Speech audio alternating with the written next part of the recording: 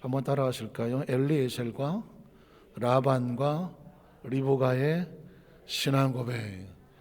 제목이 길죠. 그러나 세 사람이 나옵니다.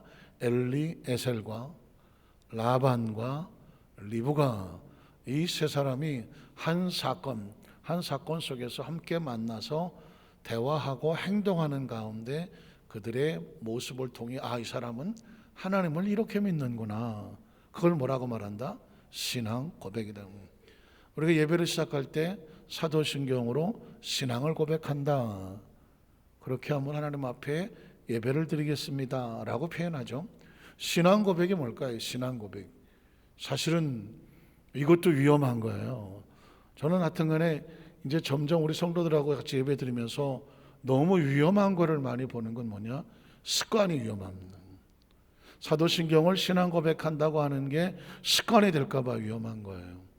그래서 전능하사 천지를 만드신 하고 신앙을 고백하는데 그게 내 마음에 실려지지 않은 주문처럼 외울까 봐, 비나이다 비나이다 뭐 이런 어떤 주문처럼 외워질까 봐 그게 두려운 거죠.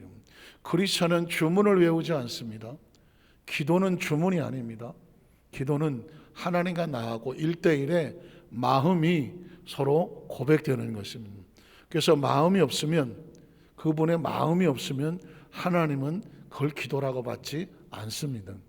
그래서 아주 중요한 것은 얼마나 화려한 고급스러운 미사 요구를 내가 웅장하게 할까, 이렇게 말하는 게 중요한 것이 아니라 그 사람의 진심에 담긴 말 한마디가 하나님의 마음을 움직이는 것이죠. 오늘 예배도 마찬가지입니다. 화려하고 웅장했으면 좋겠습니다만은 화려하고 웅장한 건 누구를 위해서 화려하고 웅장하단 말입니까? 하나님을 위해서 화려하고 웅장하게 시설을 해놓았다고 하지만 그 사람의 마음이 하나님 앞에 전심이 아니라면 화려하고 우려한 웅장한 것은 울리는 꽹과리와 소리나는 징과 같다. 그래서 우리는 점점 신앙의 본질로 들어갈수록 어떤 마음을 가져야 되냐면 하나님 앞에 진심이어야 되는 거예요. 진심이면 됩니다. 어느 부자가 지갑에서 화려한 수표를 내서 나는 이렇게 많이 드리는 사람입니다 라고 말했을 때 물론 많이 드리면 좋겠고 더 많이 드리시면 좋겠습니다만은 그 드리는 마음이 하나님을 위한 것이 아니라 사람들을 위한 자기 과시라고 한다면 그건 더 이상 예물이 아니라 헛물이 아니다. 자기 만족이고 자기를 드러내기 위한 수단에 불과한 것이다. 한 가난한 과부가 자기의 생활을 비를 들어가며 그걸 하나님 앞에 줄 때 비록 양은 적을지 모르지만 그 예물에, 그 11조에 뭐가 들었다? 자신의 전심이 들었다는. 신앙 고백이란 뭐냐? 그 사람이 하나님을 어떻게 믿느냐? 신앙 고백이란 뭐냐? 그 사람이 하나님을 어떻게 생각하느냐? 그 사람을 보니까 정말 하나님을 그렇게 믿네. 그렇게 보여져야 그걸 뭐라고 말한다? 신앙 고백이라고 말한다. 신앙 고백은 사도신경으로만 입술로 고백하는 것은 아니다. 진짜 신앙 고백은 내가 하나님을 어떻게 믿느냐? 하나님과 어떻게 생활하느냐? 내가 지금 어디에 있느냐? 누구와 있느냐? 무엇을 하느냐? 어디로 가느냐? 그 삶이 신앙의 고백이라. 믿으십니까? 그래서 다른 사람이 어떻게 신앙생활을 하든 냅둬라. 저 사람은 저렇게 하는데 나는 비교하지 말은. 신앙은 비교하는 것이 아니다. 신앙은 착각하는 것도 아니다. 신앙은 자기 만족이 아니다. 신앙은 자기 위안도 아니다. 신앙은 하나님이 나를 보시기에 그 상황에서 최선과 진실이면 된다. 내가 하나님 앞에 진실이면 그것이 남들이 볼 때는 그 정도 가지고 저것도 할지 모르지만, 남들이 볼 때 그럴지 모르지만 나는 그게 전심이 들었고 전액이 들었고 전 마음이 들었다면 하나님은 그것에 눈길을 두고 눈물을 글썽거린다. 진심은 서로 통하는 것이고 진심 어린 사람의 말 한마디에 눈물을 쏟는 것이다.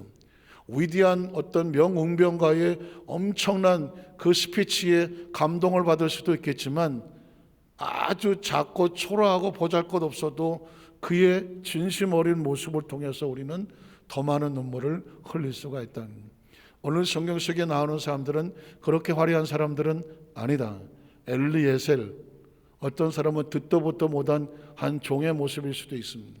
또 한 사람은 라반이라고 하는 야곱의 나중에 외삼촌, 야곱이 도망을 칠 때 외삼촌의 집으로 왔던 사람이 바로 라반. 그리고 리브가는 뭐 이삭의 아내 리브가. 그렇지만 그렇게 성경의 주요 인물들은 아니거든요. 그런데 이 세 사람이 만남을 통해서 같이 대화하는 가운데 우리에게 들려주는, 이 사람은 하나님을 이렇게 고백했구나, 하나님을 이렇게 의식했구나, 하나님을 이렇게 믿었구나, 이렇게 경외했구나, 이런 모습을 보면서 우리는 저절로 레슨을 받죠. 하나님을 믿는다는 것은 이런 것이구나. 오늘 그 말씀이 그대로 저와 여러분을 가르쳐주고 인도하고 붙잡고 가는 줄로 믿습니다.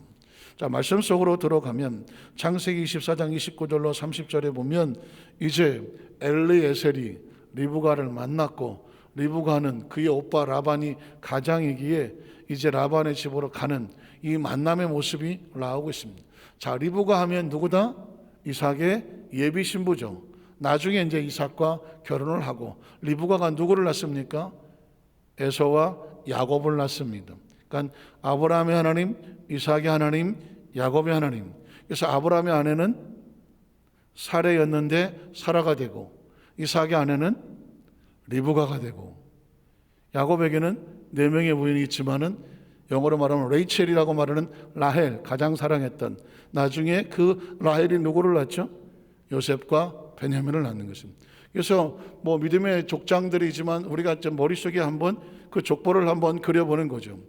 뭐 조심스럽지만 부부는 다 동일하지만 그래도 어떤 남편을 만나느냐도 성경적으로 신앙적으로 중요하죠. 아브라함을 만났던 사례는 믿음의 어머니가 되거든요. 자, 이삭을 만나는 리브가는 그를 통해서 믿음의 자손인 야곱이 나오잖아요. 또 야곱은 레이첼을 만나서 라헬을 만나서 낳은 아이가 요셉이 돼서 나중에 자기 민족을 끌고 나갈 리더자가 될 줄은 꿈에도 생각을 못했죠. 그래서 어떤 의미에서 본다고 하면 내 자식이지만 내 자식이라고 생각하지 마라. 내가 난 자식이지만 어려서부터 코찔찔을 자라서 저거 했지 모르지만 하나님의 꿈을 그곳에 두고 하나님이 만드신 하나님의 일꾼이 될 수 있는 것이기 때문에 사실은 다 하나님의 축복의 통로들이다. 자, 리브가 이렇게 머리에 두시면 성경 속의 장면은 그냥 흘러가면 되죠. 리브가가, 자, 이삭의 예비 친구가 오라버니 누구라고요? 라반이라고 말했습니다. 그래서 뭐 리브가, 라반, 뭐 엘리에서 이렇게 중요하게 나오지 않는 이름이지만 그래도 우리가 이미 성경을 안다면 이 본문 속에 들어가면서 이 장면이구나. 여러분이 안다고 하면 성경은 좀 더 깊은 내용이 되는 것이죠. 오라버니가 있어 그의 이름은 라반이라. 그가 우물로 달려가고 그 사람에게 이르되, 그의 누이의, 자, 누이는 또 리브가죠. 이제 라반이 볼 때는 누이인 거죠.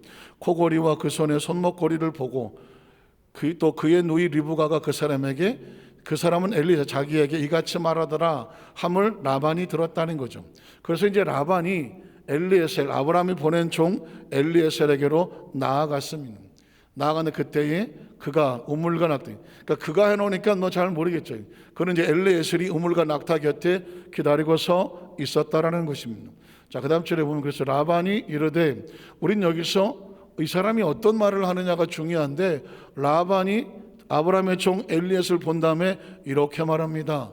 하나님 야훼께 복을 받은 자요 들어오소서. 누군가 이름 속에 하나님을 고백한다면 그 사람은 하나님을 믿는 사람이잖아요. 신앙이란 뭐냐? 하나님을 인정하는 거거든요. 그래서 여러분이 어떤 거래를 하던, 사람을 만나던, 친구를 사귀던, 사위가 들어오든 며느리가 들어오든 어쨌든 인간관계를 하면서 가장 중요한 건 뭐냐? 하나님을 인정하는 사람. 하나님을 인정하는 사람이 그 사람과 함께 하시기를 주님의 이름으로 축원합니다. 여러분 주위에 가까이 사람을 두고 싶으면 꼭 하나님을 인정하는 사람을 두십시오.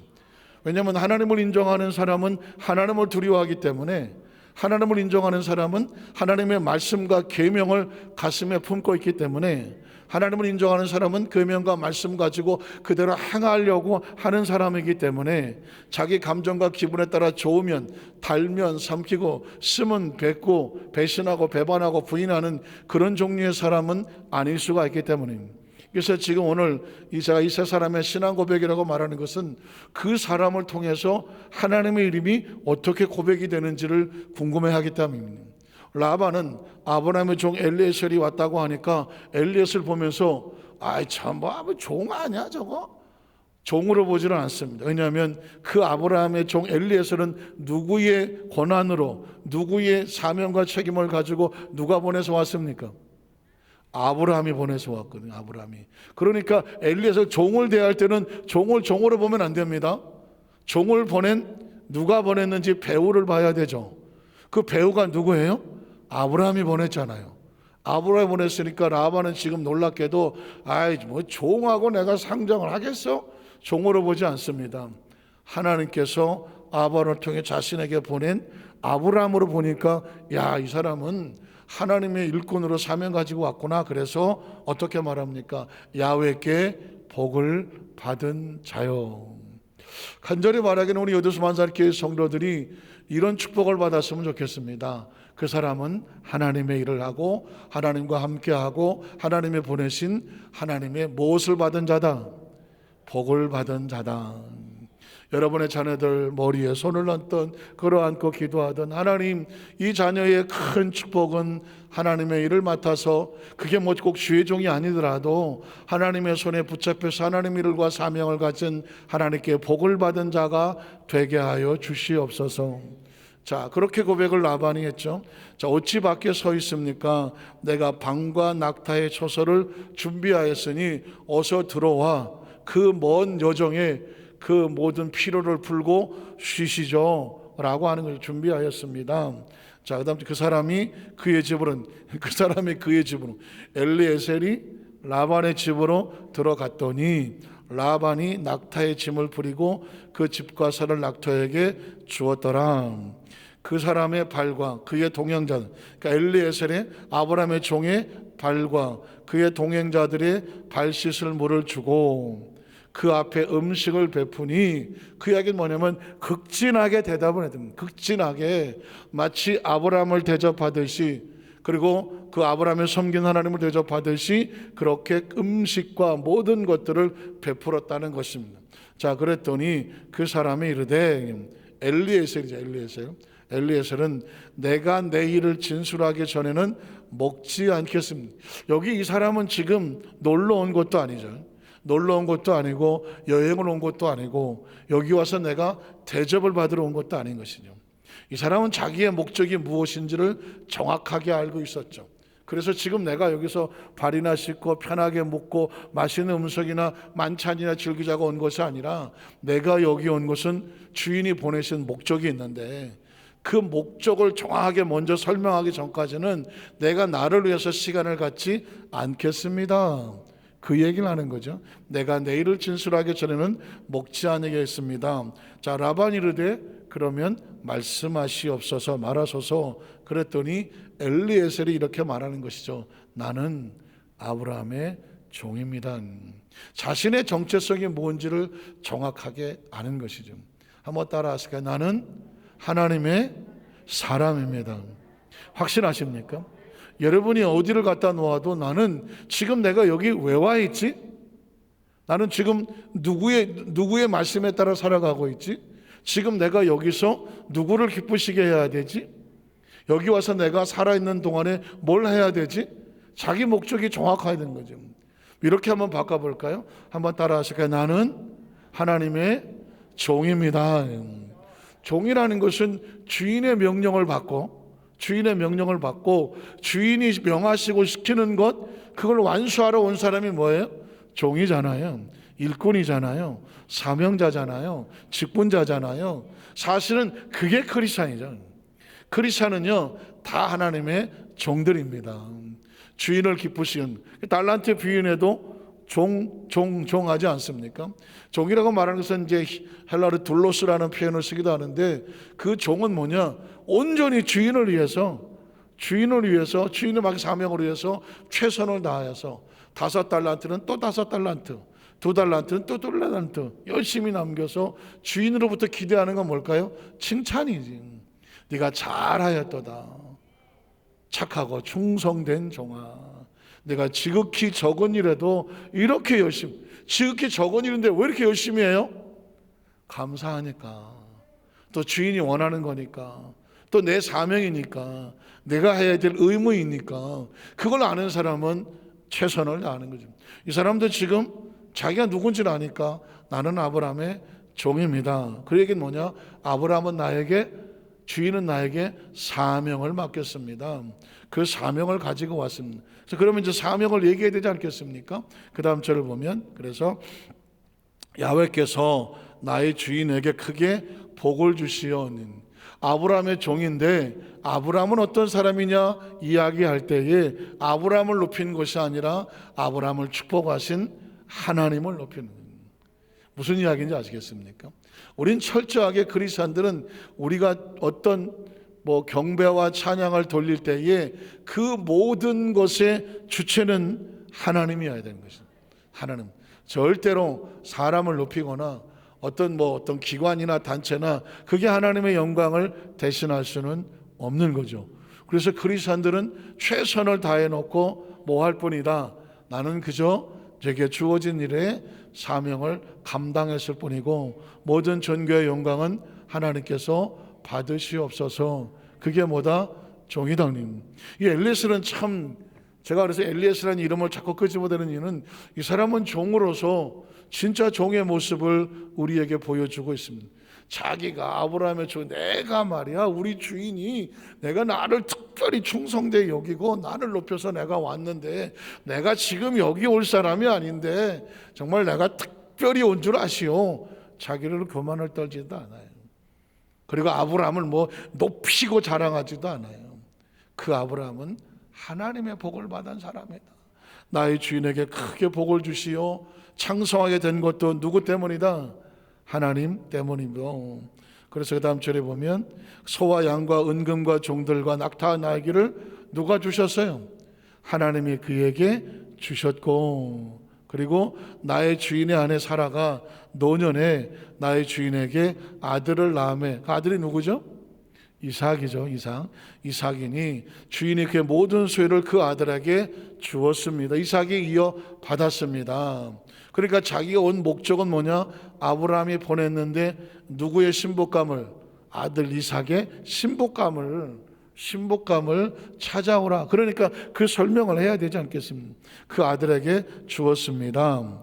자, 나의 주인이 나에게 맹세하게 하여, 그 약속하게 하는 거죠. 약속하게 하여 이르되 너는 내 아들을 위하여 내가 사는 땅 가나안 족속의 이방의 딸들 중에서 아내를 택하지 말고. 이방의 딸들은 뭐죠? 하나님을 인정하지 않는 사람. 제가 아까 처음에 얘기했습니다. 사람을 원하고 사람을 곁에 두고 사람과 관계를 맺으려면 제일 조건이 뭐다? 반드시 하나님을 인정하는 사람이어야 된다. 지금 아브라함은 자기 아들의 며느리감을 구할 때, 신복감을 구할 때 하나님을 인정하는 사람을 찾는 거예요.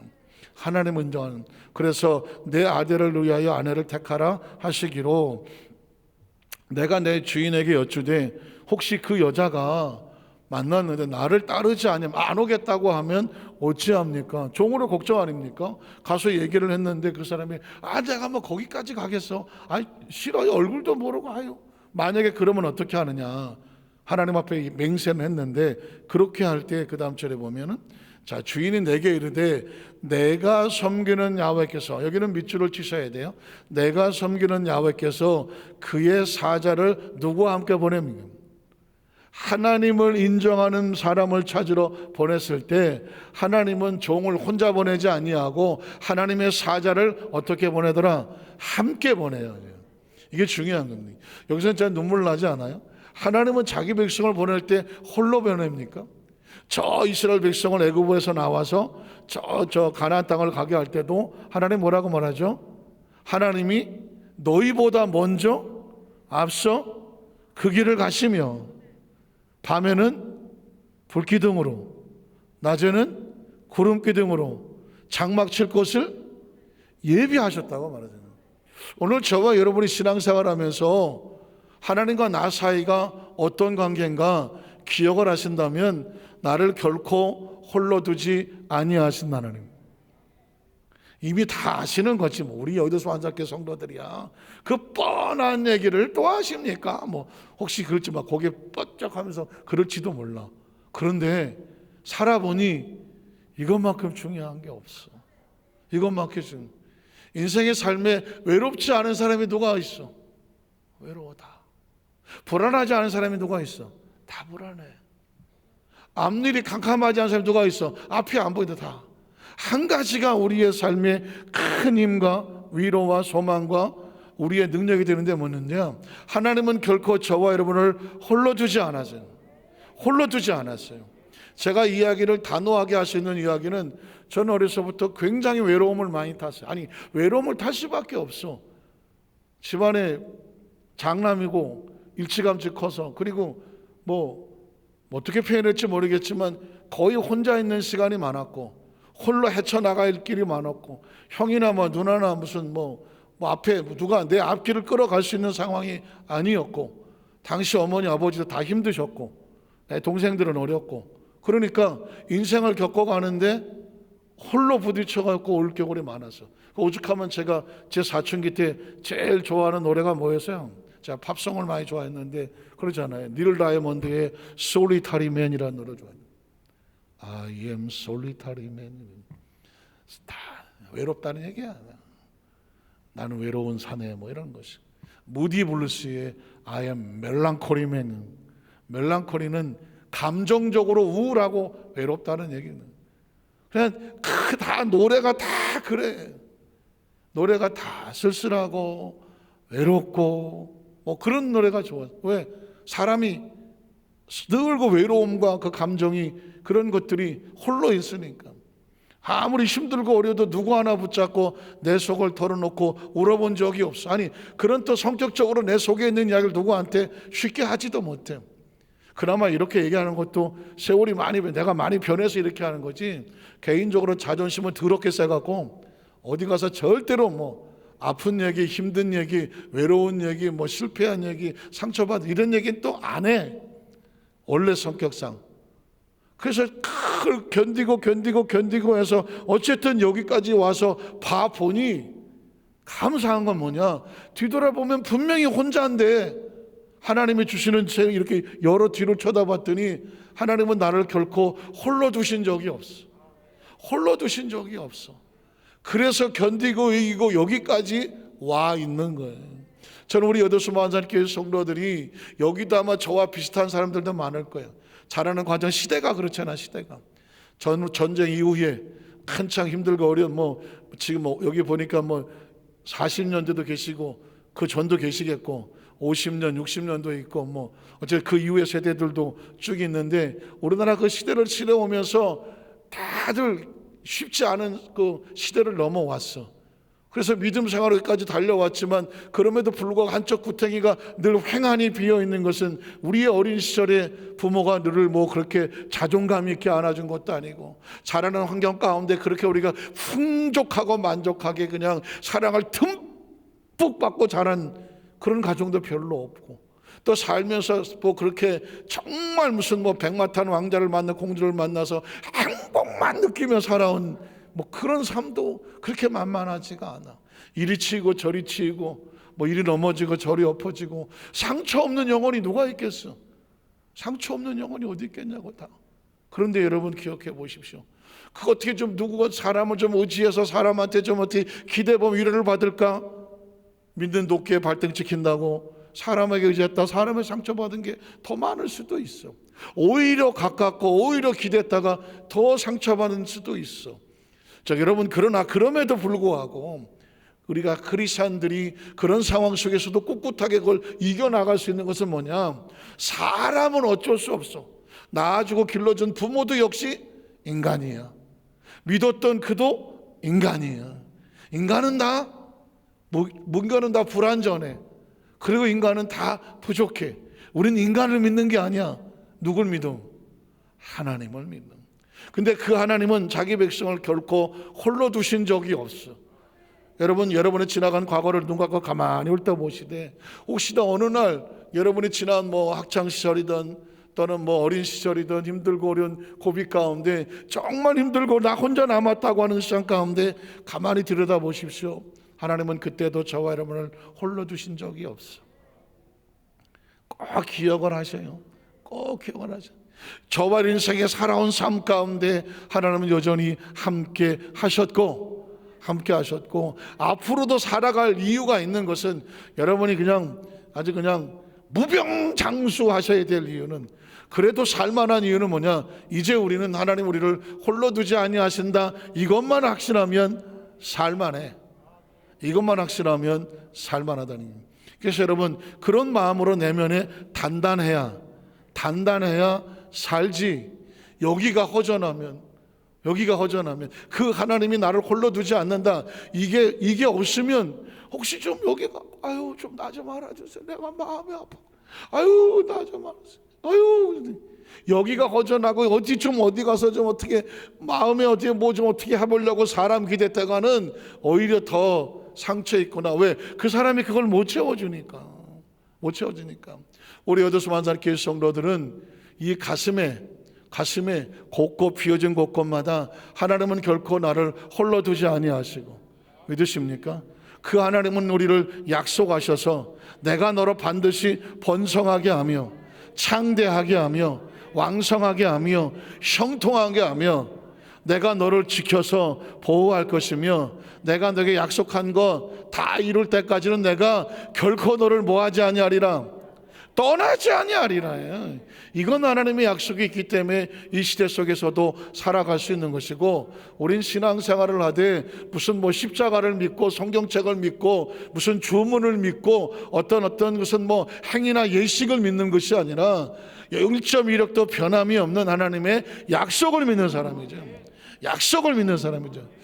조심스럽게 제가 요즘 고민하고 있는 단어 중에 하나가 뭐냐면, 신앙의 출발을 예수님의 갈보리 십자가에서 출발했다. 맞는 얘기죠. 저도 동의했어요. 그런데 이제 제가 입이 근질근질한 거예요. 십자가가 신앙의 출발인가? 신학적인 의미는.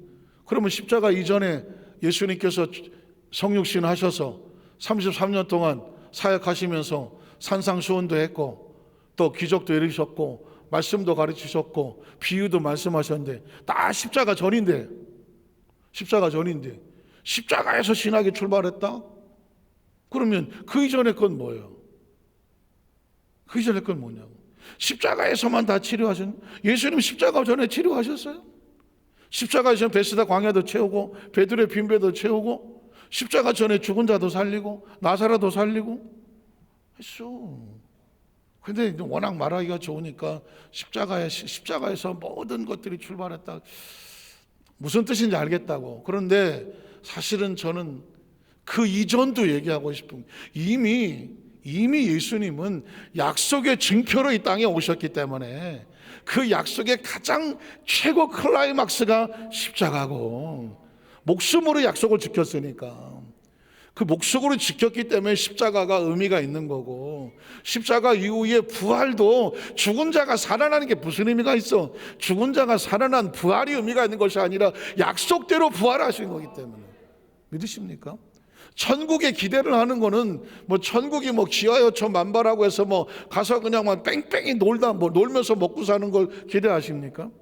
그것은 우리 육신을 벗어나 우리 영혼이 잘 모르지만, 희미하게 보이지만 우리 영혼이 하나님 안에서 약속이 성취된, 모든 게 성취된 곳이 어디다? 그게 천국이지. 약속에 놓았던 것이 완벽하게 성취되는 곳이 어디다? 천국이니까. 그 약속의 최고의 성취된 그 천국이, 하나님의 약속에 완성되고 성취된 그곳에 가봐야 되니까. 약속을 믿고 천국을 그래야 천국인 거지. 거기에 무슨 저 푸른 초원, 이게 천국이 아니다. 무슨 얘기인지 아시겠습니까? 그래서 우리는 눈에 보이는 어떤 현상이나 어떤 것에 대해서 우리 영혼을 두는 것이 아니라, 크리스천은 하나님의 약속은 이미 창세 전에 있었고 창조가 약속이고, 그리고 우리의 생명이 존재될 때 이미 약속하셨고, 비록 우리가 그 약속에서 벗어나서 무너진 삶이더라도 회복도 약속하셨고 메시아도 약속이 된 거고, 그 약속의 완성이 예수 그리스도고, 그리고 성령이 의미가 있는 것은 성령은 현상도 아니고 무슨 뭐 기분과 느낌도 아니라니까, 약속대로 약속하신 성령이 너희에게 임하셨느니라. 믿으십니까? 성령이 떠나지 아니하고 지금도 시대의 교회를 지켜나가고 자기 백성들과 함께 하시며 그 일을 이끌어 나가시는 이유는 뭐냐? 성령은 약속이 그래. 성령님은 하시는 일이 하나님의 약속이 그거야. 세상 끝날까지 내가 너를 버리지 아니하고 떠나지 아니하며 보혜사로 함께 하시리라. 그분은 원래 프로그램이 그래.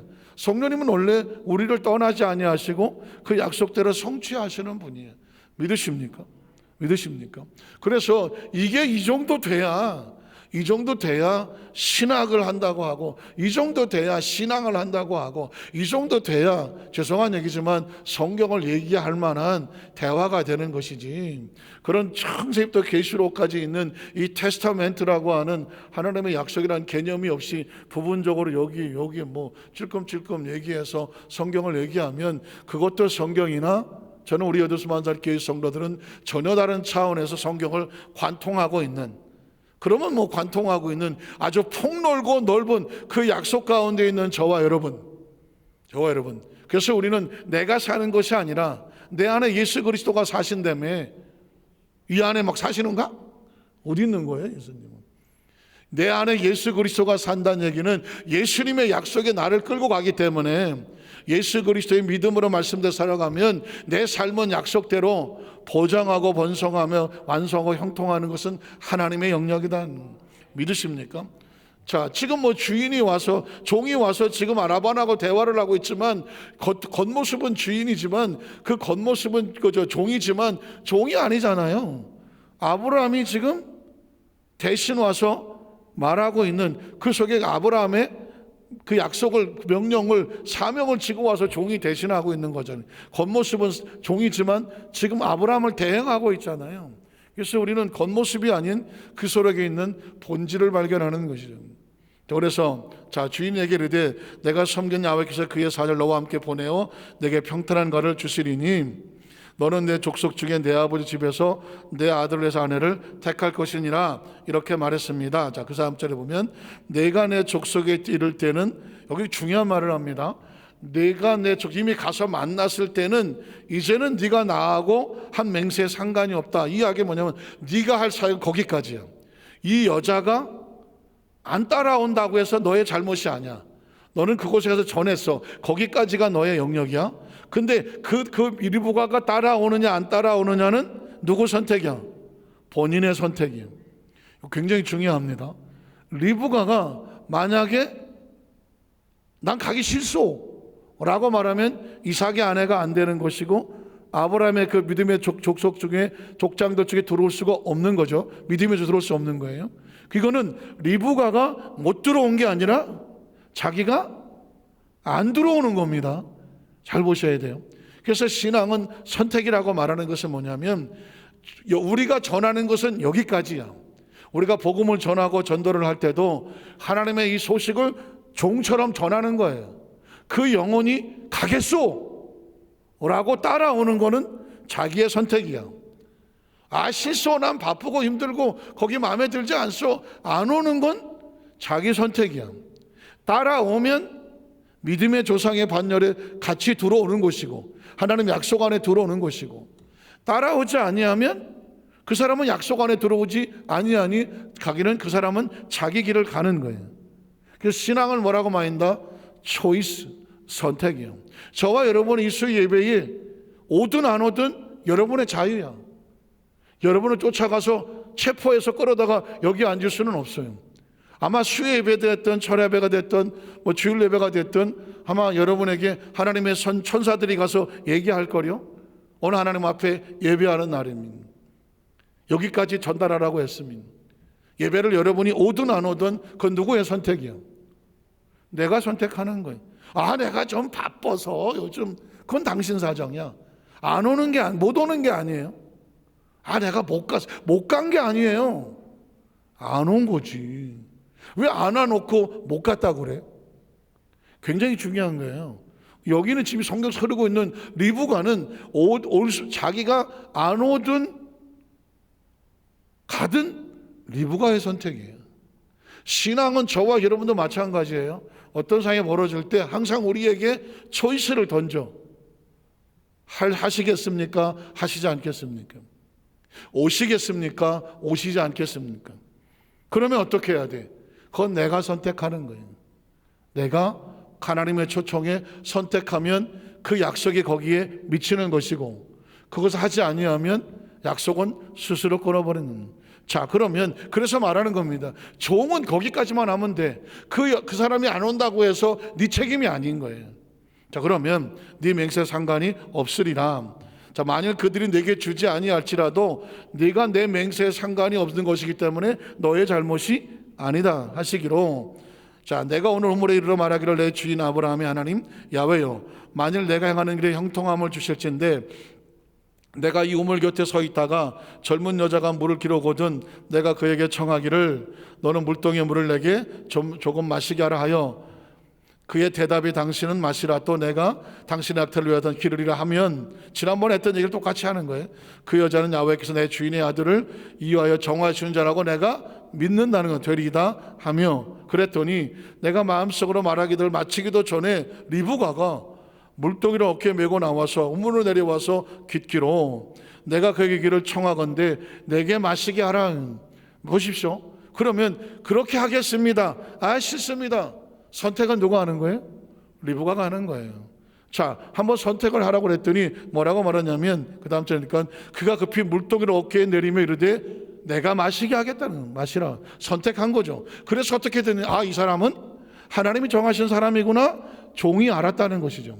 마시라 하여 내가 당신 낙타에게도 마시게 하리라 하기로, 그가 어떻게 알았습니까? 내가 마심에 그가 또 낙타에게도 마시게 한지라. 그래서 어떻게? 내가 그에게 묻기를 내가 누구의 딸이냐 한즉 이르되 밀가가 나홀에서 낳은 부두엘의 딸이라 하기로, 내가 코고리를 그 코에 메고 그 손목고리를 그 손에 끼우고 내 주인 아브라함 야훼께서 나를 바른 길로 인도하사 나의 주인의 동생의 딸을 그의 아들을 위하여 택하게 하셨으므로 내가 머리를 숙여 그에게 경배하고 찬송하였다. 그래서 난 하나님의 뜻으로 알고 왔다. 그래서 그 다음 절에 보면 이제 당신들이 인자함과 진실함으로 내 주인을 대접하려거든 내게 가부를 알게 해 주시고, 그렇지 아니할지라도 오기 싫으면 오기 싫다라고 내게 말하여 주셔서 내가 우로든지 좌로든지, 만약에 간다고 하면 같이 모시고 갈 거고 가기 싫다고 하면 나 혼자 떠날 것이고,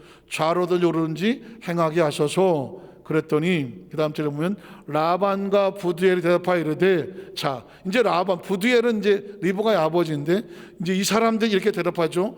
이 일이 야훼 하나님으로부터 말미암았다면 여기에 우리가 간다 안 간다 가부를 말할 수 없다. 하나님이 명령하셨는데, 굉장히 중요한 단어입니다. 하나님이 명령이라고 생각한다면 선택권은 나에게 있다 없다? 없는 거죠. 주일 예배가 하나님의 선택권이라고 하면 예배는 내가 갈 수도 있고 안 갈 수도 있다. 혹시 그렇게 생각하십니까? 3일 예배가 됐든 철야 예배가 됐든 아니면 11조가 됐든 아니면 하나님과 관계 속에서 이건 하나님이 행하시는 일이라고 생각하면 그걸 내가 갈 수도 있고 안 갈 수도 있는 거지. 혹시 이렇게 생각하십니까? 이건 신앙의 아주 무서운 병이죠. 이건 하나님을 무시하는 겁니다. 오늘 라반과 부두엘이 이런 말을 하죠. 지금 이 상황은 하나님의 이로 말미암아 벌어졌는데 내가 거기서 내가 아마 생각해 보겠다. 갈까 말까? 이 선택권이 나한테 있다 없다? 없는 거죠. 라반과 부두엘이 그래서 그렇게 말하는 거예요. 전 우리 여도 소환산교회 성도들에게 또 이게 굉장히 위험한 이야기예요. 이거 진짜 위험합니다. 신앙의 선택권이 나한테 있다고 생각하는 건 이건 아주 위험한 일이라는 거예요. 하나님을 인정한다면, 하나님을 인정하고 정말 하나님을 믿는다면 그 선택권은 나한테 없는 거예요. 오라 그러면 오고. 아멘은 안 하는데. 하나님이 오는 날이라 그러면 오고, 안 오는 날이면 안 오고.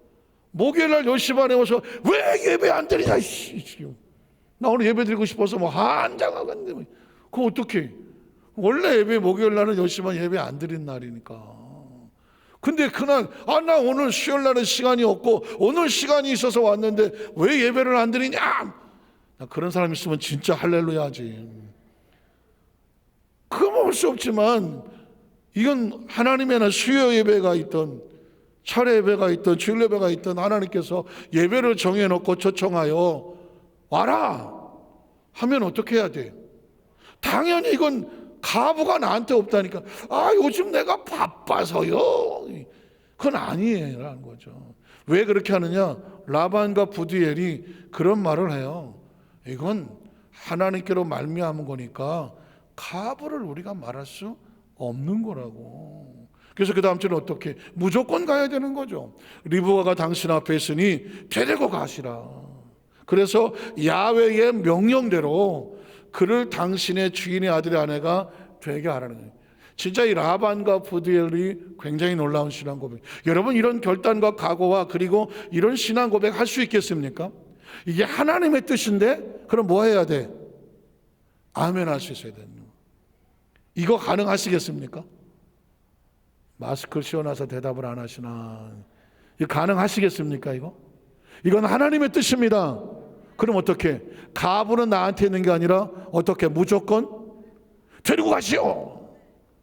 할 수 있겠느냐는.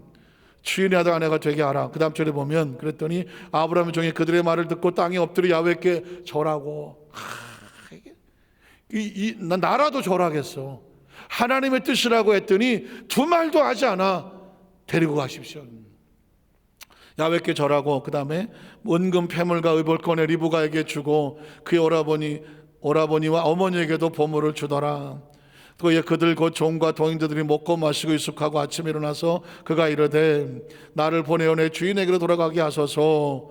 그랬더니 리브가의 오라비와 그의 어머니가 이르되 육신의 마음이 좀 갑자기 보낼까 마음이 그랬나요? 이 아이로 그 며칠 또는 열흘을 우리와 잠시 머물게 하라. 그 후에 그가 갈 것이다.